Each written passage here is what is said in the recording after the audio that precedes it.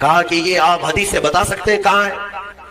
کہا میں بتا تو سکتا ہوں، آپ کو سمجھ میں آئے گا؟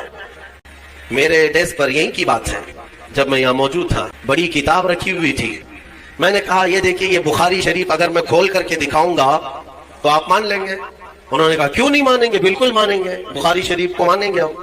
میں نے کہا یہی تو تمہاری گمراہی ہے، یہ بہار شریعت رکھی ہوئی سامنے، موٹی کتاب بہار شریعت رکھی ہوئی ہے، ہم نے صرف اس سے کہا کہ یہ بخاری شریف دکھائیں آپ کو، تو ان کو کتاب کا نام تک نہیں معلوم، تو پھر کس بات پر ڈسکس کرنا چاہتے ہیں؟ تو جہالت کے معاملات ایسے ہیں میرے عزیزوں، آدمی گمراہ ہو جاتا ہے۔ اسی لیے میں جو بات کہہ رہا ہوں وہ یہ ہے کہ جب ایسے معاملات آئے تو دین کے ماہرین کے پاس جاؤ، جو علم والے ہیں۔ قرآن بھی کہتا ہے فَاسْأَلُوا أَهْلَ الذِّكْرِ إِن كُنتُمْ لَا تَعْلَمُونَ، اہل ذکر یعنی علم والوں سے سوال کرو اگر تمہیں کسی بات کا علم نہیں ہے۔ اللہ تعالیٰ نے فرمایا جاؤ ان سے پوچھو، سوال کرو۔ تو یہ مشورہ، اور کچھ لوگوں کے متعلق فرمایا گیا مشورے نہ لیں، وہ لوگ جو فاسق و فاجر ہیں، اللہ کا خوف نہیں رکھتے دل میں، ان سے مشورہ لینے کی ضرورت بھی نہیں، ان سے مشورہ لینے کی ضرورت بھی نہیں ہے۔ جن کو آخرت کا خوف نہیں، اللہ کا خوف نہیں، وہ تمہارے حق میں بہتر مشورہ کیا دے سکتا ہے؟ مشورے کے لیے سب سے بہتر وہ شخص ہے جو اللہ کا خوف رکھتا ہے اور آخرت سے ڈرتا ہے، وہ مشورے کا سب سے موزوں آدمی ہوا کرتا ہے۔ اور اس کے علاوہ بعض مقامات پر یہ بھی کہا گیا ہے کہ بہت چھوٹے نابالغ اور عقل نہ رکھنے والوں سے مشورے نہ لیے جائیں، اور بعضوں نے کہا کہ عورتوں سے بھی یہ نہیں ہے کہ لینا ہی نہیں چاہیے، بات کر سکتے ہیں، ڈسکس کر سکتے ہیں، مشورے لے سکتے ہیں، لیکن ضروری نہیں کہ ہر مشورے پر عمل کیا جائے، ضروری نہیں ہے ہر مشورے پر عمل کیا جائے۔ میں نے شاید اس سے قبل بتایا تھا، حضور پاک صلی اللہ تعالیٰ علیہ وسلم نے اپنی ازواج مطہرات میں حضرت ام سلمہ رضی اللہ تعالیٰ عنہ کی اس بات پر تعریف فرمائی تھی کہ عورتوں میں سب سے بہترین مشورہ دینے والی خاتون۔ صلح حدیبیہ کے موقع پر حضرت ام سلمہ رضی اللہ تعالیٰ عنہ نے حضور کو مشورتاً عرض کیا تھا، حضور صحابہ سے کہہ رہے تھے بال منڈا لو، احرام اتار لو، کوئی نہ بال منڈا رہے تھے نہ احرام اتار رہے تھے۔ 3 بار حضور نے فرمایا تو حضور کو غم ہوا، اندر آئے تو غمگین تھے۔ ام سلمہ نے عرض کیا یا رسول اللہ، آپ انہیں بولے نہیں، ان کے سامنے جا کر آپ خود اپنے بال حلق کر لیں، اپنا احرام اتار لیں، وہ تو اس انتظار میں ہے کہ شاید وہی آئے گی اور دوسرا پیغام آئے گا۔ حضور پاک صلی اللہ علیہ وسلم نے حضرت ام سلمہ کے مشورے پر صحابہ کے سامنے آئے اور اپنے بال حلق کر لیے۔ سارے صحابہ اپنے بالوں کو حلق کر، سبوں نے احرام اتار لیا، کیونکہ یقین ہو گیا اب حکم بدلنے والا نہیں۔ تو یہ مشورے کے آداب آپ سیکھیں، اور پھر نظام جو ہے مشورے سے ہی چلتا ہے۔ حضور پاک صلی اللہ تعالیٰ علیہ وسلم جب بڑے بڑے معاملات بھی ہوتے تو صحابہ کو جمع کرتے، مشورہ کرتے۔ مشورے کی ایک دوسری خصوصیت یہ بھی ہے کہ کام ہونے سے قبل اگر کوئی اہم کام ہے تو فرمایا گیا کہ ایسوں سے مشورہ کرو جو تمہارے راز کا امانت دار ہو، رازوں کا امین ہو، اس سے مشورہ کرو۔ یعنی آج تم مشورہ کرنے کے لیے گئے، مشورہ تو دے دیا اور اس نے پھر جا کر کے طبلہ بجانا شروع کر دیا، میرے پاس آیا تھا فلاں ایسا کیا ہے ویسا کیا ہے۔ اس چیز کو بھی غلط ٹھہرایا گیا ہے۔ مشورہ راز کے امانت داروں سے بھی کیا جائے، کیونکہ بہت سارے معاملات ایسے ہوتے ہیں جن میں مشورہ کرنے کے بعد راز کو رکھنا بہت ضروری ہوتا ہے۔ حضور پاک صلی اللہ علیہ وسلم نے اس کی اہمیت کے لیے جانتے، میں نے کل یا پرسوں بنو نذیر کے بارے میں بتایا تھا، یہودیوں نے جو دھوکہ دیا تھا مدینے والے، پھر ان کے ساتھ کیا ہوا تھا پتہ ہے؟ حضور پاک صلی اللہ علیہ وسلم مدینے میں آئے، مسجد نبوی میں رات کو مشورہ لیا صحابہ سے کہ کیا کریں اب ان کے ساتھ۔ الگ الگ مشورے ہوئے کہ انہوں نے ہتھیار ہمارے خلاف اٹھائے تو ہم بھی ان کے خلاف ہتھیار اٹھائیں گے، کیونکہ دھوکے کی بہت بڑی سزا ہے۔ یعنی جیسے یوں سمجھ لیں کہ دیش ویرودھی ہے، وہ اینٹی نیشنل جس کو کہیں، مدینے کی خرابی کے بارے میں جو لوگ سوچے تھے ان کی سزا تھی۔